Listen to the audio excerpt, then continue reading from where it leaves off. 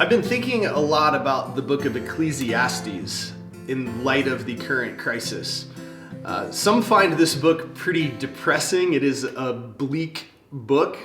But what I find when I read Ecclesiastes, it is a very honest book.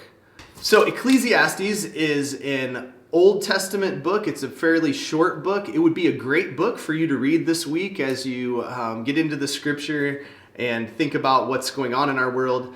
The book of Ecclesiastes, though, is based on a couple of very simple themes. It asks the question, what is the point of life? What is worth living for? Ecclesiastes 1, verses 1 to 4. The word of the preacher, the son of David, king in Jerusalem. Vanity of vanities, says the preacher. Vanity of vanities, all is vanity.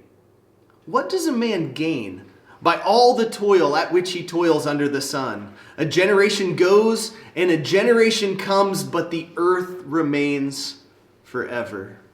And this is the word of the Lord.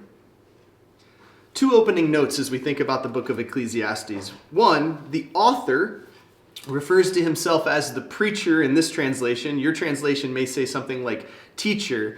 The word in the Hebrew is koheleth.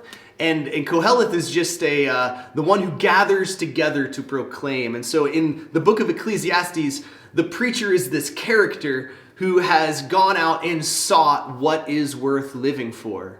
And then also it says that he's a son of David. So some think that he's maybe King Solomon. Others think he's a later descendant of David. But either way, Kohelet, the proclaimer, is the one who has searched for the meaning of life. And Ecclesiastes tells his report. A second note at the beginning of Ecclesiastes is this phrase, vanity of vanities, all is vanity. Your translation may say something like empty or void. The Hebrew word here, it's used 38 times in the book, so this is a major theme, and the word is havel, which literally in the Hebrew just means a smoke or a vapor. So over and over again in the book of Ecclesiastes, Kohelet tells us that life is like a vapor. It is like a puff of smoke that is here today and gone tomorrow. A similar expression or theme, it's a different Hebrew word, but there's an expression that life is like chasing after the wind or striving after the wind. You can try to catch it, but it always eludes you. And so the teacher explores all of reality and he thinks about what is life, what is worth living for. And he looks for pleasure, he looks for wealth, he looks at worth, and he finds that none of these are ultimately satisfying. So you can have lots of money, but what does it do you in the end? You can have all kinds of pleasure, but pleasure is fleeting. You can go and work and toil, but what do you really labor for in the end? Kohelet also finds another problem. And it is the problem that there is evil in the world. There is injustice. So even if you are good and virtuous and you go out and you work hard, it doesn't guarantee success or a happy life. And then Kohelet finds one other great overarching problem, and it is this. Death comes to all. Death is the great equalizer. To be wise is better than to be foolish. But in the end, the wise and the fool both die. Wealth is better than poverty, but the rich and the poor all die alike. We are in the season of Lent. This is the 40 days of fasting and repentance leading up to Easter. And Lent begins on Ash Wednesday. Ash Wednesday is a time where we gather and we take ashes and we form the sign of the cross on a person's forehead. And the expression is a quote from the book of Genesis chapter 3. But the expression is also found in Ecclesiastes 3:20. And so Ecclesiastes quotes Genesis and it says this, all go to one place. All are from the dust, and to dust all return. The reason I've been thinking about Ecclesiastes in light of this global pandemic and the fact that all of modern life has been shutting down as we typically know it, is because I think it brings a soberness, a seriousness to our existence. If you think that life will always be full of ease and comfort, then you haven't thought very deeply about life. I think the current crisis is making us all consider some things that we often don't want to face. The current situation is a wake-up call.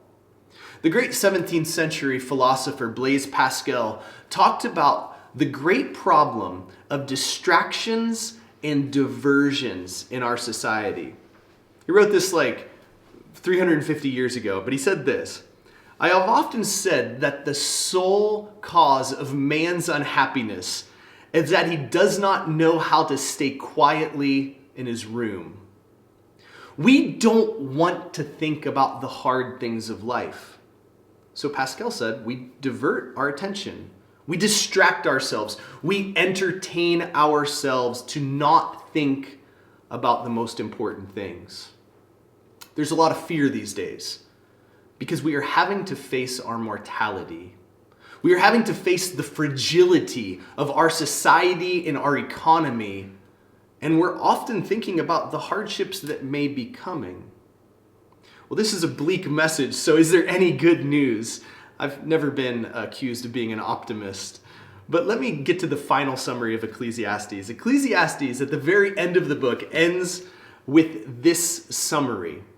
The writer says this: "The end of the matter, all has been heard. Fear God and keep his commandments, for this is the whole duty of man." And then he reminds us that God will judge all. See, there is an irony in Ecclesiastes.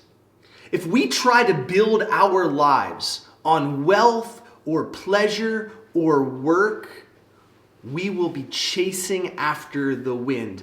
Wealth and pleasure and work in the end do not ultimately satisfy. But here's the irony. Once we realize that all of these things are fleeting and our ultimate meaning is found in God, then we can actually begin to enjoy and be grateful for this fleeting life. For instance, if your happiness is based on the weather, you'll never really ultimately be happy. You'll have one good day and then you'll have some bad days, especially if you live in Minnesota. We are all ready for spring to come here. But your happiness will never be satisfied. But here's what I know. If your ultimate purpose and your meaning is based on God himself, then you can enjoy a sunny day. If your life is grounded on the God of the universe, then you can enjoy a good meal. You can enjoy friendship, the simple pleasures of life. Well, I want us to think in conclusion about three things that we can do to respond to this. I want to focus our thoughts on a more upbeat passage than Ecclesiastes, Psalm 40. We're just going to read the first three verses. The psalmist says this: "I wait patiently for the Lord. He inclined to me and heard my cry. He drew me up from the pit of destruction, out of the miry bog, and set my feet on a rock, making my steps secure. He put a new song in my mouth, a song of praise to our God. Many will see and fear and put their trust in the Lord." Notice the context of the psalm. He says, I'm writing out of the pit of destruction, out of the miry clay, but God lifted me up and put me on a solid rock. So how are we going to be the people of God in the midst of these days in which we live? First is this: we are going to be faithful. Do your duty today. Be obedient. This was the end of Ecclesiastes. The end of the matter is this: fear the Lord, keep his commandments. We opened our worship set today with the song Trust and Obey. What are you called to do? Be faithful. As an individual, be faithful with your family, be faithful in your community.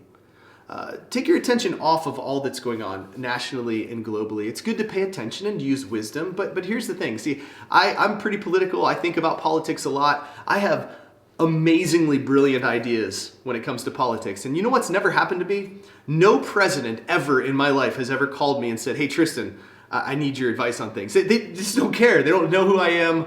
I need to worry less about what is going on nationally and globally and just do my duty. And we may face difficult times. We don't know what is coming.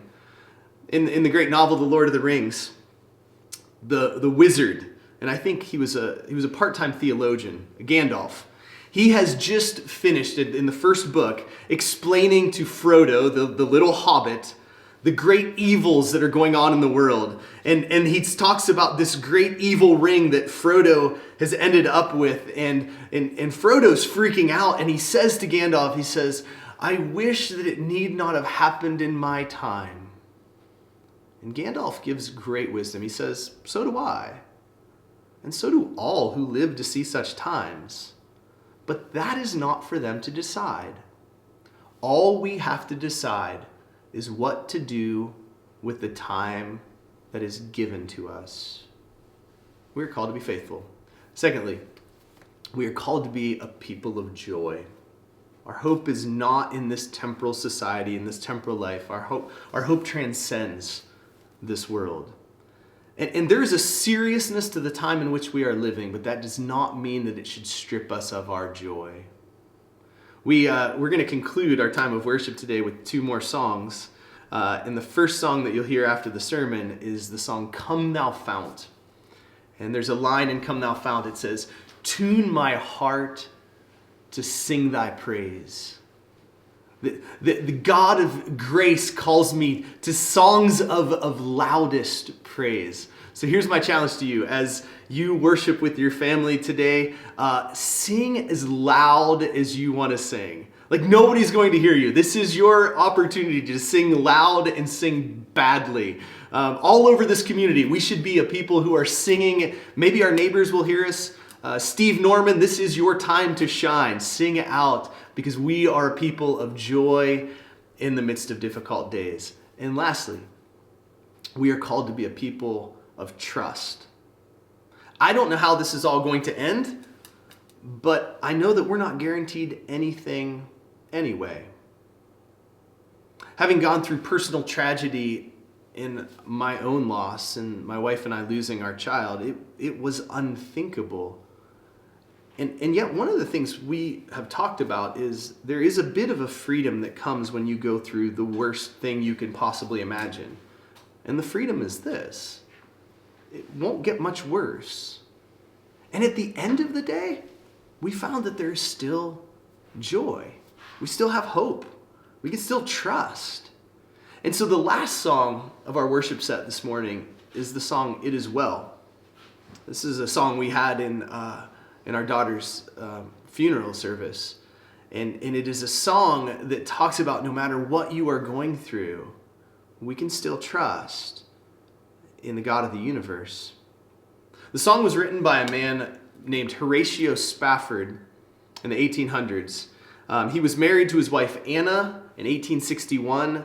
They lived in Chicago. Horatio was a well-known, prominent lawyer. They were also good friends and supporters of the evangelist Dwight L. Moody. But then in the 1870s, a series of very tragic events happened to this family. It began when their 4-year-old son died of pneumonia and broke their hearts. Later on, Spafford had invested in real estate in the north area of Chicago. And later on, in the year after he made the investments, the Great Chicago Fire reduced the city to ashes. And that October, it destroyed pretty much all of his investment. 2 years later, in 1873, Spafford had decided that his family should go to Europe on holiday. And they chose to go to England because their friend Dwight L. Moody was going to be coming and preaching that fall.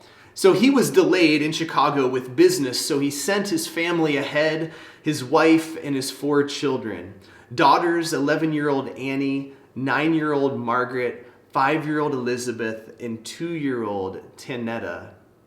On November 22nd, 1873, while crossing the Atlantic, their ship was struck by an iron sailing vessel, and 226 people lost their lives, including all 4 of Spafford's children. Anna Spafford survived the tragedy, Upon arriving in England, she sent a telegram to her husband reading, "Saved alone." Spafford then sailed to England to see his wife. According to his daughter, who was born after the tragedy, she said that her father wrote the hymn, "It is well with my soul," on his journey across the Atlantic. When peace like a river attendeth my way, when sorrows like sea billows roll, whatever my lot, thou hast taught me to say, it is well with my soul. We will be a people of trust in these days. We'll be a people of joy. We will be a people who will be faithful. May the Lord be with you all.